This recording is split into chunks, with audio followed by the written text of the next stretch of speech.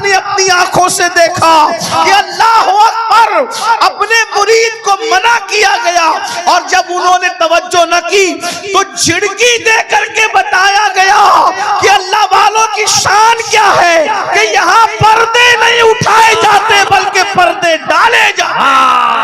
मेरे बड़े भाई तो ज़ैनब। हम सब उर्से हुजूर अशरफुल औलिया की महफिल में हाजिर हैं। थोड़ी देर के लिए मैं हाजिर हूँ इसलिए कि मुझे जाना है, इसलिए कोई तवील गुफ्तगू करने की बजाय हुजूर अशरफुल औलिया की बारगाह में खिराज अकीदत पेश करके जल्दी आपसे इजाज़त चाहूँगा। हुजूर अशरफुल औलिया रहमतुल्लाहि ताला अलैह अल्लाह रब्बुल इज़्ज़त के ऐसे बरगज़ीदा बंदे हैं कि जिनके बारे में हम आग बन करके ये कह सकते हैं कि वो पैदाइशी वली है। उसकी वजह ये है कि मुजद्दिद मियत माजिया इमाम अहले सुन्नत ने हुजूर गौसे पाक के लिए यूं अर्ज किया कि जो तेरा तिफ्ल है कामिल है या गौस, जो आपका बच्चा है वो पैदाइशी तौर पर कामिल है। और लोगों को कामिल होने के लिए पैदा होने के बाद मेहनत करनी पड़ती है, लेकिन गौसे पाक के घर में पैदा होने वाला बच्चा पैदाइशी कामिल होता है। और वो हुजूर गौसे पाक खानवादे अशरफिया वो है जहां गौसे आजम और गौसुल आलम ये दोनों समंदर मरजल बहरैन के तौर पर यकसा मिलते नजर आते हैं। और अशरफुल औलिया उसी मरजल बहरैन के दुर्रे मकनून हैं जिनको हम आंख बंद करके कह सकते हैं कि वो पैदाइशी वली है। वाह वाह वाह, सुभान अल्लाह। मैं अपनी गुफ्तगू को अब किसी और तरफ ले जाने की बजाय हुजूर गौसुल आजम दस्तगीर शेख अब्दुल कादिर जिलानी रदी अल्लाह ताला अन्हु ने एक वली की 12 सिफत को बयान फरमाया। वली कौन होता है, वली किसे कहते हैं, बस 10 से 12 मिनट में मैं अपनी बात पूरी करूंगा। आप वली की पहचान आपको मिल जाएगी, आसानी के साथ आप पहचान सकेंगे कि वली किसको कहते हैं। सरकार गौसे आजम जो विलायत तकसीम करते हैं, जिनके दर से जिनके घर से विलायत तकसीम होती है, वो इरशाद फरमाते हैं जब तक इंसान में 12 सिफात पैदा न हो जाए उस वक्त तक वो अल्लाह का वली नहीं हो सकता। नमाजी बन जाए, रोजेदार बन जाए, जाकिर बन जाए, पहाड़ों में मुजाहिदा करे, जब तक 12 सिफात का हामिल नहीं होगा उस वक्त तक वो वली नहीं होगा। आसान 12 सिफात सरकार गौसे पाक फरमाते हैं अल्लाह अपनी 2 सिफात का उसको मजहर बनाता है। वो अल्लाह की 2 सिफात का मजहर होता है, वो रसूलुल्लाह की 2 सिफात का मजहर होता है, वो सिद्दीक अकबर की 2 सिफात का मजहर होता है, वो फारूक आजम की 2 सिफात का मजहर होता है, वो उस्मान गनी की 2 सिफात का मजहर होता है, वो मौला अली की 2 सिफात का मजहर होता है। गौसे पाक ने रसूलुल्लाह के बाद और खुदा के बाद चारों खुलफाए राशिदीन की सिफात का मजहर उसको करार दिया। इससे पता चला ना राफजी वली हो सकता है ना नासबी वली हो सकता है। विलायत अगर कहीं होगी तो सिर्फ और सिर्फ पीवर अहले सुन्नत व जमात के पास हो। इसलिए कि नासबी के दिल में मौला अली के लिए मोहब्बत नहीं है और राफजी के दिल में शेखैन के लिए मोहब्बत और उल्फत नहीं है, तो ना विलायत वहां नजर आती है ना विलायत यहाँ नजर आती है। अगर विलायत कहीं नजर आती है तो सिर्फ और सिर्फ अहले सुन्नत व जमात में नजर आती है। हुजूर गौसे पाक रदी अल्लाह ताला ने इरशाद फरमाते हैं कि जो 2 सिफात का मजहर वली होता है वो अल्लाह रब्बुल इज्जत की 2 सिफात का मजहर, एक तो वो सिफत सत्तारी का मजहर होता है, वो सिफत गफ्फारी का मजहर होता है। यानी वली वो होता है जो लोगों के ऐब को बयान नहीं करता बल्कि लोगों के ऐबों पे पर्दे डाला करता है। अल्लाह रब्बुल इज्जत सत्तार है, जैसे वो बंदों के ऐबों पे पर्दे डालता है। जब वो किसी को अपना दोस्त बनाता है तो सिफत सत्तारी का उसको मजहर बना देता है। वो लोगों के ऐबों को बयान नहीं करता बल्कि लोगों के ऐब पे पर्दे डाला करता है। और इस मिंबर पर अभी आप आपने अपनी आंखों से देखा कि अल्लाह अकबर, अपने मुरीद को मना किया गया और जब उन्होंने तवज्जो न की तो झिड़की दे करके बताया गया कि अल्लाह वालों की शान क्या है कि यहाँ पर्दे नहीं उठाए जाते बल्कि पर्दे डाले जाते। नारे तकबीर, हाथों को उठा करके नारे रिसालत, नारे हैदरी। सुभान अल्लाह, सुभान अरे जब ताजुल औलिया की पर्दापोशी का ये आलम है तो अशरफुल औलिया की पर्दापोशी का आलम क्या? वाह वाह वाह वाह वाह वाह वाह वाह, सुभान अल्लाह, सुभान अल्लाह। सिफत सत्तारी का मजहर होता है। फिर फरमाया वो सिफत गफ्फारी का मजहर होता है, यानी वो लोगों को मुआफ करता है। अपनी जात के लिए वो लोगों से लड़ाई झगड़ा नहीं करता, इसलिए कि जात के लिए लड़ना ये कुत्तों का काम होता है, जात के लिए लड़ना ये अल्लाह वालों का काम नहीं। वो सिफत गफ्फारी का मजहर होता है। इस आईने में अगर आप हुजूर अशरफुल औलिया की जिंदगी को देखें, मैंने तो उनको नहीं देखा, मैंने सिर्फ लोगों से सुना है, सुनकर मैं इस नतीजे पर पहुंचा हूं। जिन्होंने देखा है वो गवाही देंगे, शहादत देंगे कि इन लोगों ने, हुजूर अशरफुल औलिया ने अपनी जात के गुस्ताखों को हमेशा माफ किया और उस दिन को याद दिलाया जो फतेह मक्का का दिन था, ला तस्रीब अलैकुमुल यौम। और यहाँ तो चिश्तियत है और खास तौर पर यहाँ चिश्तियत और कादरियत का भी संगम है। चिश्तियत इस एतबार से है कि मखदूम अशरफ जहांगीर सिमनानी जैसा सिलसिला चिश्तिया का वो अजीम नुमाइंदा जिसने सिलसिला चिश्तियत को बामे उरूज तक पहुंचाया, और इसीलिए तो उनके मुर्शिद को उन पे नाज था। मुर्शिद अपने बेटे को खिदमत सौंपते हैं कि तुम्हें जंगल से लकड़ियां लाने जाना होगा, और सारे खुलफा और मुरीदीन को जिम्मेदारियां सौंपते हैं। खानका में झाड़ू लगाना होगा, बर्तनों को साफ करना होगा, लंगर तकसीम करना होगा, मेहमानों की खिदमत करना होगा। बेटे को भी काम दिया, सारे मुरीद और खुलफा को काम दिया। लेकिन जब मेरे मखदूम अशरफ सिमना ने अर्ज किया, हुजूर सबको काम सौंपते हैं, मुझे भी कोई काम सौंप दीजिए। फरमाया अरे सब अलग है, अशरफ तुम अलग हो, इसलिए कि जब तुम आए थे तो तुम्हारे आने से पहले खिजर अलैहिस्सलाम ने तुम्हारी इतनी तारीफ की थी कि अब मुझे कोई काम देने के लिए तुम्हें हया आती है कि मैं खिजर को क्या मुंह दिखाऊंगा।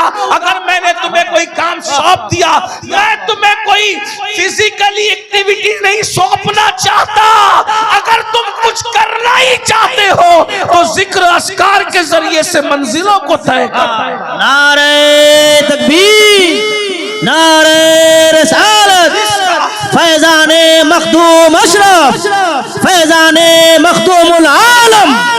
जिसका मुर्शिद जिसको जिम्मेदारी और खिदमत देने और खिदमत लेने के लिए हया करे वो अशरफ सिमना है, वो हमारे मखदूम है। बहरहाल तो चिश्तियत तो इस एतबार से कि मखदूम साहब चिश्ती हैं, और कादरियत इस एतबार से कि सैयदना अब्दुल रज़्ज़ाक नूरुलैन की औलाद है। तो यहाँ चिश्तियत और कादरियत एक साथ जमा होती है, ये भी मराजल बहरैन है अल्हम्दुलिल्लाह ताला। तो चिश्तियत और कादरियत जो जमा करने की बात कर रहा हूं तो ये कि यहाँ हाय हाय हाय क्या बात, अशरफी सहबा शराबे संजरी, सुभान अल्लाह। एक ही शीशे में है दोनों भरी, कादरी सहबा शराबे संजरी, एक ही शीशे में है दोनों भरी। कादरी सहबा शराबे संजरी, कादरी सहबा शराबे संजरी, एक ही शीशे में है दोनों भरी। क्या खुशनसीबी है हम लोगों की। तो कादरियत और चिश्तियत जब मिली हुई है तो दोनों में अब बात क्या है। हुजूर गौसे पाक फरमाते हैं कि मेरा घोड़ा बेलगाम है और मेरी तलवार बेनियाम है। और चिश्ती लोग कहते ख्वाजा नसीरुद्दीन चिराग दहलवी रदी अल्लाह तबारक व तआला अन्हु कि हम चिश्ती लोग किसी से उलझते नहीं, हमने अपनी तलवार नंगी करके रख दी है, जो आकर के उलझेगा उसका किस्सा खुद ही तमाम हो जाएगा। लेकिन ये अल्लाह वाले अपनी जात के लिए किसी से नहीं लड़ते, ये अपनी जात के दुश्मनों को माफ करते, सिफते गफ्फारी का मजहर होते हैं, अपनी जात के लिए नहीं लड़ते। बल्कि सरकार बाबा फरीदुद्दीन गंजे शकर रदी अल्लाह ताला तो यहाँ तक फरमाते हैं कि भाई हम सूफी लोग हैं, अल्लाह वाले लोग हैं, हमारे सामने कैंची की बात ना किया करो बल्कि सुई धागे की बात किया करो, क्योंकि कैंची एक को दो कर दिया करती है और सुई धागा एक को दो को एक कर दिया करता है। ये खानका है, यहाँ पर एक को दो नहीं किया जाता बल्कि दो को एक किया जाता है। ये सरकार बाबा फरीद गंज शकर रदी अल्लाह ताला की तालीम। अल्लाह आए नवाजिश करम फरमाई है, आपकी दुआएं सरकार जी, न मोहब्बतें आप।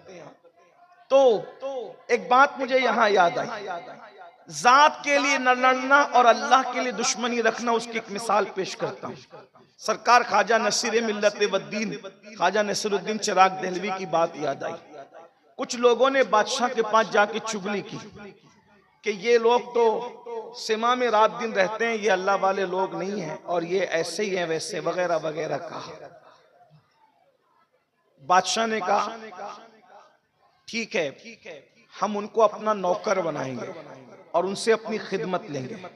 सरकार नसीरुद्दीन चिराग दहलवी के पास नुमाइंदा भेजा और नुमाइंदा भेजने के बाद कहा कि आपको बादशाह की कोई ना कोई नौकरी कबूल करनी पड़ेगी।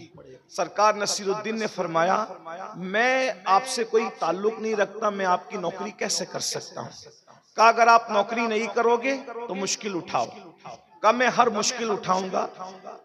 सीरत निगार लिखते हैं ये सीने की जो हड्डी होती है, इन दोनों हड्डियों में सुराख करके ख्वाजा नसीरुद्दीन चिराग दहलवी को लटका दिया गया कि आप नौकरी करें। सरकार नसीर मिल्लत वद्दीन से मुरीदीन ने कहा हुजूर ये जुल्म पर आया है, आप नौकरी के लिए तैयार हो जाएं, ये जो कहता है आप कर लें वरना ये आपको नुकसान पहुंचाएगा। आपने फरमाया ठीक है मैं तैयार हूं। तो बादशाह ने कहा रोजाना आप मुझे मेरे कपड़े पहनाएंगे और मेरे कपड़े उतारेंगे, ये आपकी जिम्मेदारी।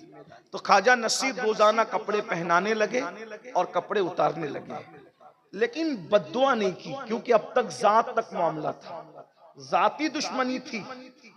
ये बादशाह को ख्वाजा नसीर से जाती दुश्मनी थी, चिराग दहलवी से। चिराग दहलवी कौन है?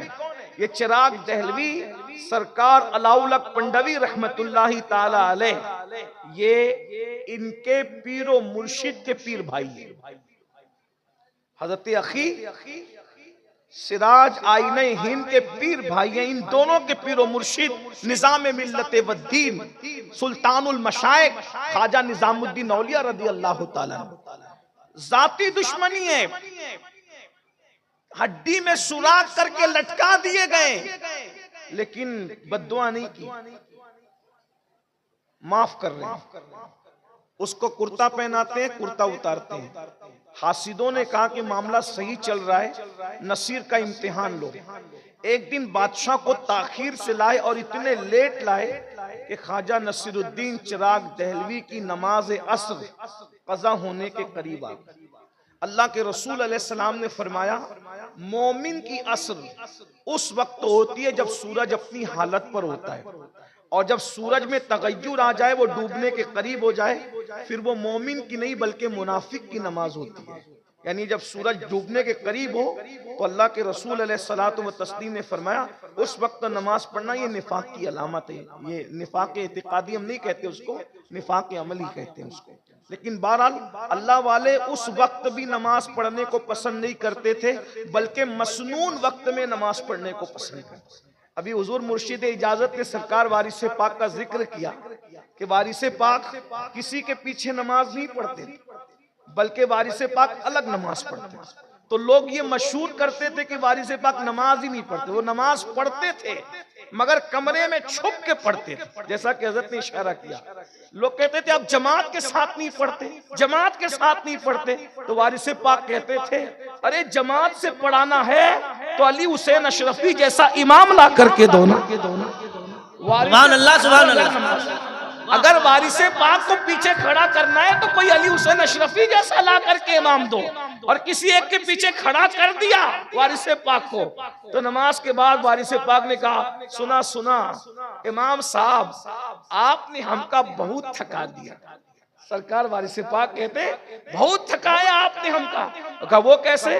कहा हम तो आपके पीछे नमाज के लिए खड़े हो गए, लेकिन कभी चारे की दुकान पर, कभी किराना दुकान पर, कभी कहीं लेके भटकते रहे। जहां जहां इमाम गया पीछे पीछे वारिस थे। तो कहा ऐसी नमाज भी क्या नमाज है। लेकिन ये हम लोगों के लिए, हम लोगों को तो हर सही अकीदा की इब्तिदा करनी चाहिए कि वारिस पाक का मर्तबा और था, हमारा मर्तबा और है। तो हाँ अंदाजा फरमाए। तो भाइयों हम लोग क्या हैं? किसी ने हज्जाज से कहा ओ हज्जाज तू भी हमारा इमाम, और अबू बकर भी कौम के इमाम थे, तू कितना बदमाश है, वो कितने अच्छे थे। हज्जाज था, बदमाश था, लेकिन हाजिर जवाब था। उसने कहा तुम अबू हुरैरा बन जाओ, मैं भी अबू बकर सिद्दीक जैसा बन जाऊं। जब तुम अबू हुरैरा नहीं बन सकते तो तुम्हें अबू बकर सिद्दीक जैसा इमाम कैसे मिल सकता है? बस मैं यही आपसे कहना चाहता हूं, जब हम वारिस पाक नहीं बन सकते तो हमें भी अली हुसैन अशरफी मियां जैसा इमाम नहीं मिल सकता। सूद खाते रहोगे, हराम खाते रहोगे, औरतों पे बदनजरी करते रहोगे, इसी तरीके से अपनी बेटियों को बाजार और वलीमों में बेपर्दा घुमाते रहोगे, और फिर सोचो कि हमें भी आला हजरत अशरफी मियां जैसा इमाम मिल जाए। तो बात ऐसी है ना, जैसे हम रहेंगे वैसे, जैसे हम वैसे हमारे इमाम, जैसे हम वैसे हमारे पीर, जैसे हम वैसे हमारे मशाइख। अरे तू खुसरो बन, तेरा पीर निजामुद्दीन महबूब इलाही तो है ना। पीर को तलाश करने की जरूरत नहीं, हमने खुसरो बनना है। अगर तू अशरफ सिमना बन जाए तो अलाउल हक पंडवी जैसा पीर होगा। क्या बात है, वाह वाह वाह। अगर तू अल्लाह अकबर कुतुबुद्दीन बन जाए तो तुझे मोइनुद्दीन गरीब नवाज जैसा पीर मिल जाएगा। लेकिन बात तो इतनी है ना, असल कमी हमारे अंदर है और हम इल्जाम लोगों पे रखते हैं। तो मैं बात ये कह रहा था, क्या बस बात खत्म ही कर दूं।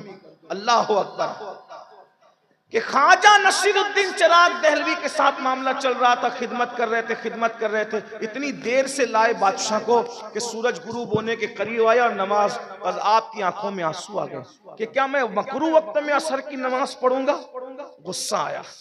अब तक जाती दुश्मनी थी, नसीरुद्दीन ने हर तकलीफ झेली, तकलीफ बर्दाश्त की, लेकिन जब दीन पर बात आई, नमाज तर्क होने की बात आई, नमाज कज़ा होने की बात आई, मकरू वक्त में नमाज पढ़ने की बात आई, तो उसके बाद कुर्ता तो पहनाया और पहनाते हुए आंख में आंसू लेकर बांधते हुए कहा, बांधे नसीर खोले गस्साल। ये वली की जबान है, ये वली की जबान है। गुफ्ते अल्लाह बुवत गर्चे अज हल्कू में अब्दुल्ला बुवत। उसकी बोली गोया के खुदा की तरफ से होती है, वो अल्लाह का वली बोलता है, मगर वली की जबान पर खुदा का फरमान जारी होता है। कि शान से कहा बांधे नसीर खोले गस्साल, यानी नसीर बांध रहा है और इसको मरने के बाद अब गुस्ल देने वाला गस्साल खोलेगा। दुनिया ने देखा आज के सूरज के बाद कल का सूरज गुरूब नहीं हुआ और बादशाह मर गया, उसकी रूह परवास कर गई। इसलिए कि अब जान की दुश्मनी की बात नहीं थी, अब इस्लाम की दुश्मनी की बात थी। तो अल्लाह का वली वो होता है जो सिफत सत्तारी और सिफत गफ्फारी का मजर होता है। वो ना ऐब खोलता है और ना जाती दुश्मनी करने वालों से बदला लेता है। दो सिफात उसमें रसूलुल्लाह की होती है। एक सिफत ये कि रसूलुल्लाह रफीक है उम्मत पर और शफीक है उम्मत पर। तो जो अल्लाह का वली होता है वो रसूलुल्लाह की उम्मत पर रफीक भी होता है और शफीक शफीक भी होता है, यानी उसके अंदर चिड़चिड़ापन नहीं होता, वो लोगों को डांटता नहीं, वो लोगों को गालियां नहीं देता, वो लोगों को झिड़कता नहीं, वो अमीर और गरीब में फर्क नहीं करता। रसूलुल्लाह की महफिल में जहां सिद्दीक अकबर जैसे मालदार को पहलू में जगह मिलती थी, वहीं पर बिलाल जैसे गरीब को भी पहलू में जगह मिलती थी। उस्मान गनी जैसे को प्यार मिलता था मालदार को, तो अबू जर गिफारी जैसे गरीब को भी प्यार मिलता था।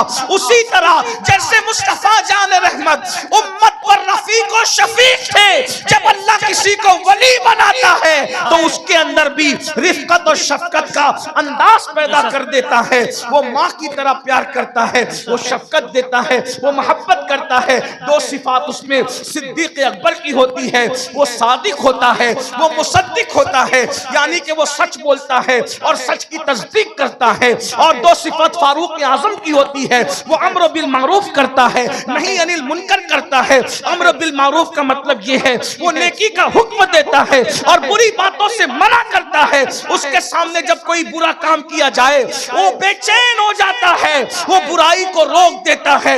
अम्र बिल मारूफ और नहीं अनिल मुनकर, नेकी का हुक्म देना, बुरी बात से मना करना, ये अल्लाह के वली की पहचान है। दो सिफत उसमें उस्मान गनी की होती है, एक तो वो दिन को सखावत करता है और रात को इबादत करता है।